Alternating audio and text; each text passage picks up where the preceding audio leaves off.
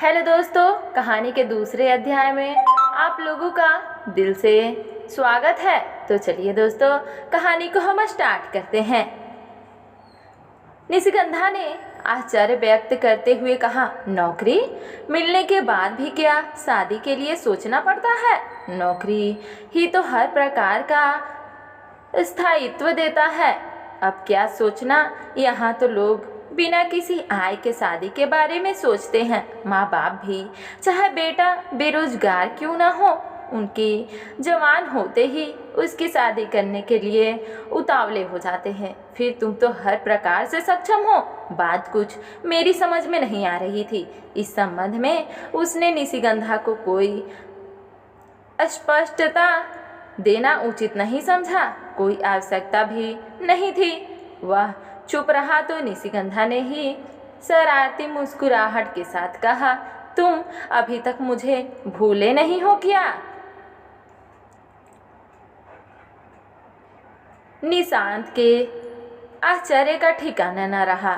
उसकी बात आंखें निशिगंधा की आंखें से जा टकराई, जैसे पूछ रही थी, तो तुम जानती थी? निशिगंधा उसके भाव को समझते हुए बोली, हाँ, मुझे पता था। मेरा जिस तरह का स्वभाव था कि जिस प्रकार मैं यूनियन के कार्यों व खेलकूद में भाग लेती थी, हर प्रकार के व्यक्ति से मेरा वास्ता पड़ता था।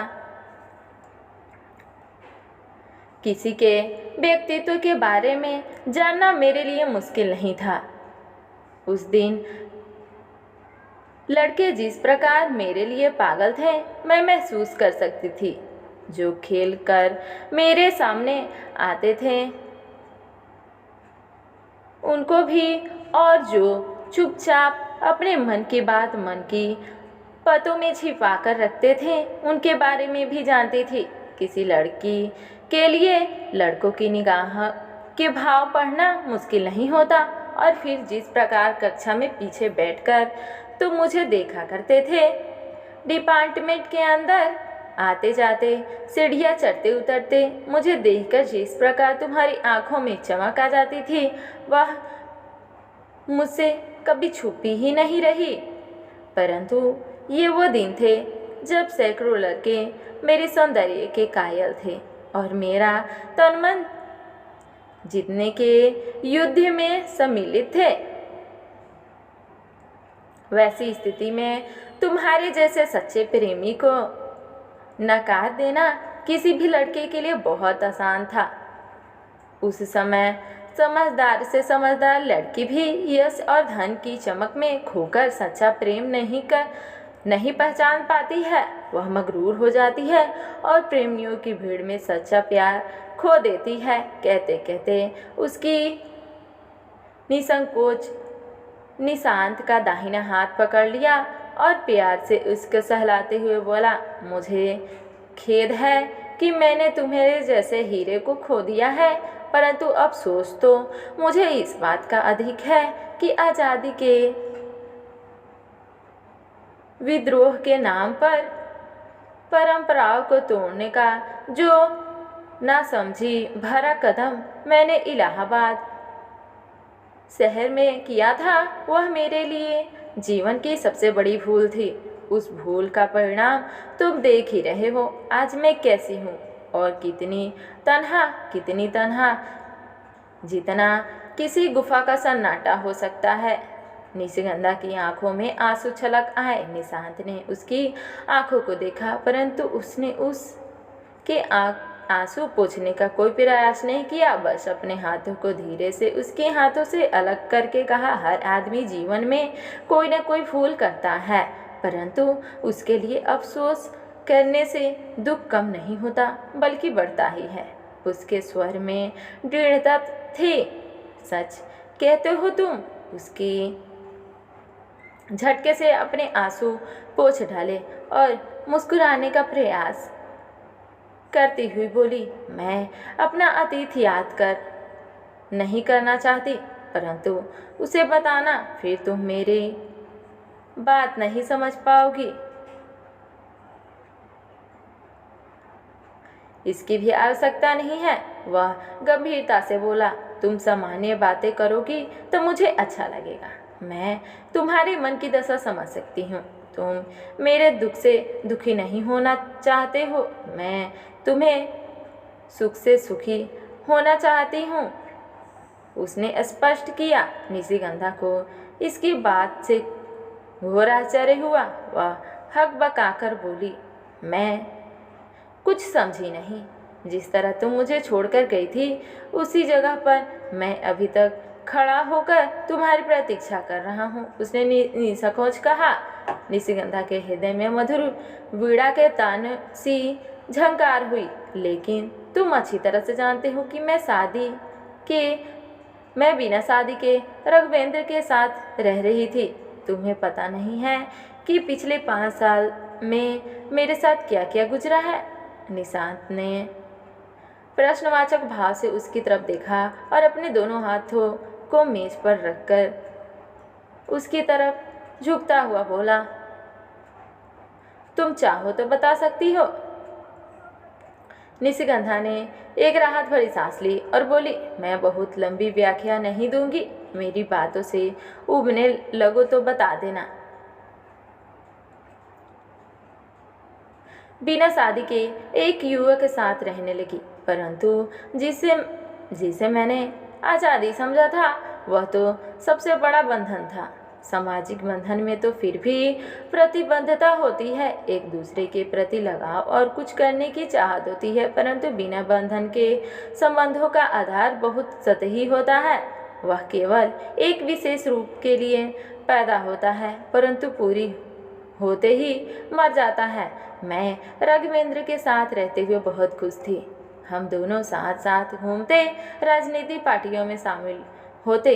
मेरी अपनी महत्वाकांक्षा भी थी कि राघवेंद्र के सहारे में राजनीति की सीढ़ियां चढ़कर किसी मुकाम तक पहुंच जाऊंगी, परंतु यह मेरी भूल थी। 3 साल बाद ही मुझे महसूस हुआ कि राघवेंद्र मुझे बोझ समझने लगा था।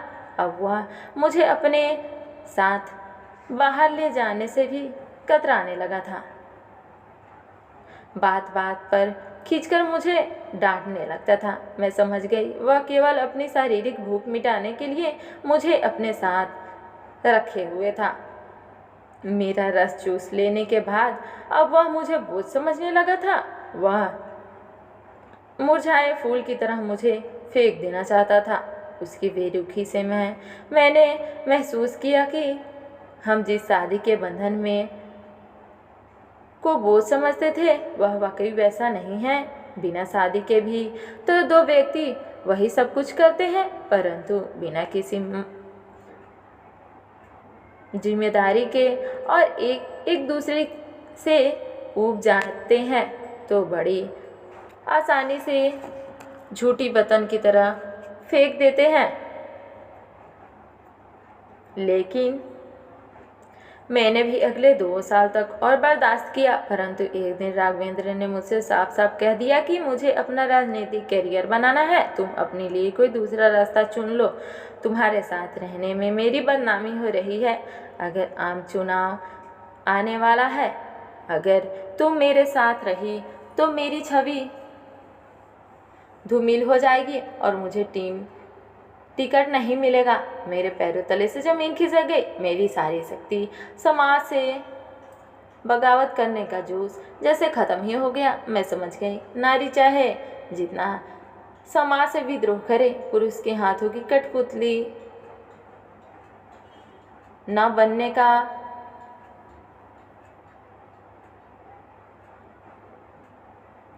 सोच ले, पर वो तो उसकी कठपुतली बनकर ही रह जाती है। जिस समाज से मैं विद्रोह करना चाहती थी, जिसकी मान्यता परंपराओं को तोड़कर मैं आगे बढ़ चलती थी, उसी समाज के एक कुली और व्यक्ति ने मेरा सम्मान लूट लिया था। एक शादीशुदा औरत और मुझ में क्या फर्क रहा? शादीशुदा औरत को भी पुरुष भोगता है और बिना शादी किए मुझे भी एक पुरुष ने भोगा। उसने अपनी भूख परंतु नहीं, हमारी जैसी औरतों और शादीशुदा औरतों में एक बुनियादी फर्क है। जहाँ शादीशुदा औरत यह सब कुछ एक मर्यादा के अंतर्गत करती है, वह निरंकुश होकर वही काम करती है। एक पत्नी को शादी करके परिवार और समाज की सुरक्षा मिलती है, परंतु हमारी जैसी औरतों को कोई सुरक्षा नहीं मिलती।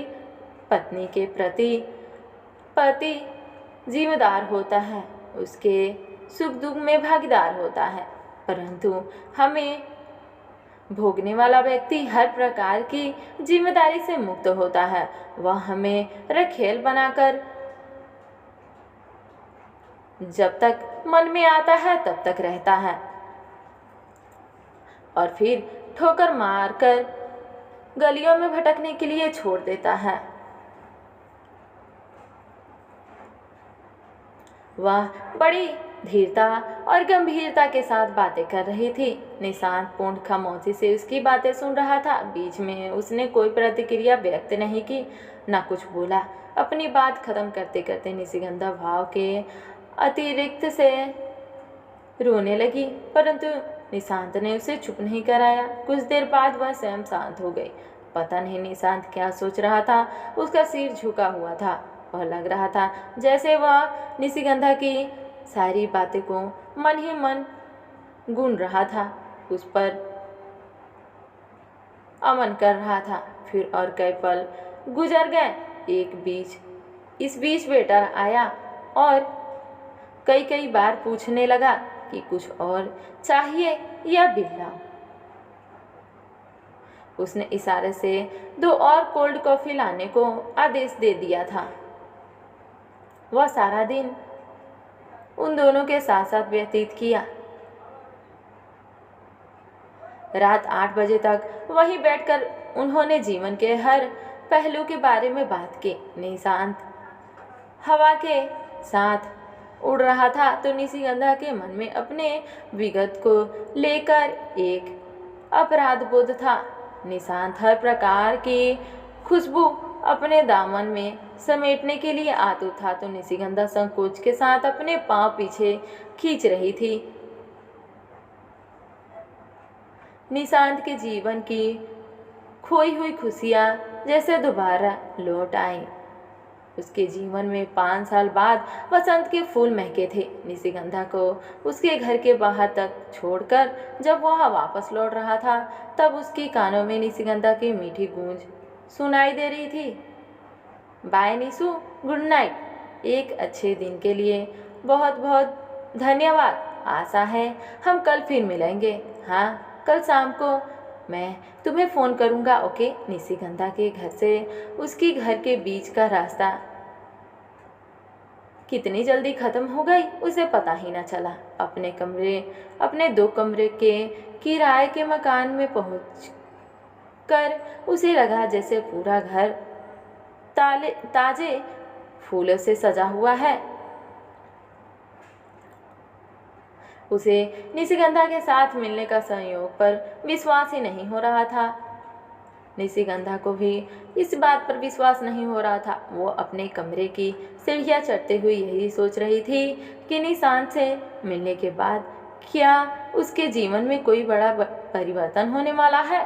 क्या यह परिवर्तन उसे सुख देगा। उसने पर्स को मेज पर पटका और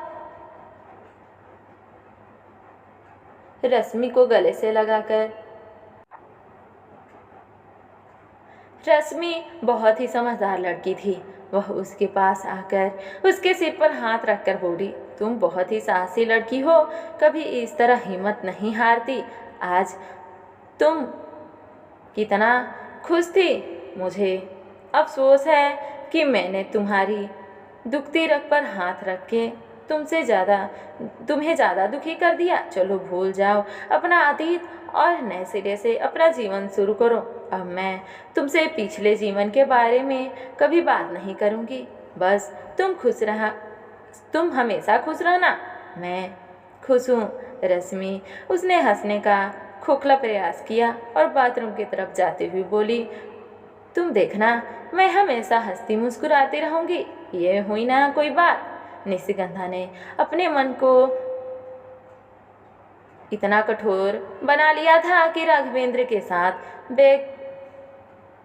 व्यतीत किए जीवन के कड़वे पलों को पूरी तरह से भूल गई थी। अगर कभी याद उसे हरा देती तो उसको अपने निशांत की याद आ जाती। आज वह एक सच्चे प्यार की तलाश में थी। तन की भूख की अब उसकी कोई ललक नहीं थी। निशिगंधा जब से आई थी बहुत दुखी और गुमसुम सी रहने लगी थी। बहुत पूछने के साथ कहने का कारण निशिगंधा ने उसे अपने जीवन का बहुत सारी बातें बांट ली थी। रश्मि ने उसे अपने बारे में बहुत कुछ बताया। धीरे धीरे निशिगंधा खुश रहने लगी थी, परंतु आज बाहर से आने के बाद वह जितना खुश थी उतना दिल्ली आने के बाद कभी नहीं रही। निशिगंधा दिल की बुरी नहीं थी।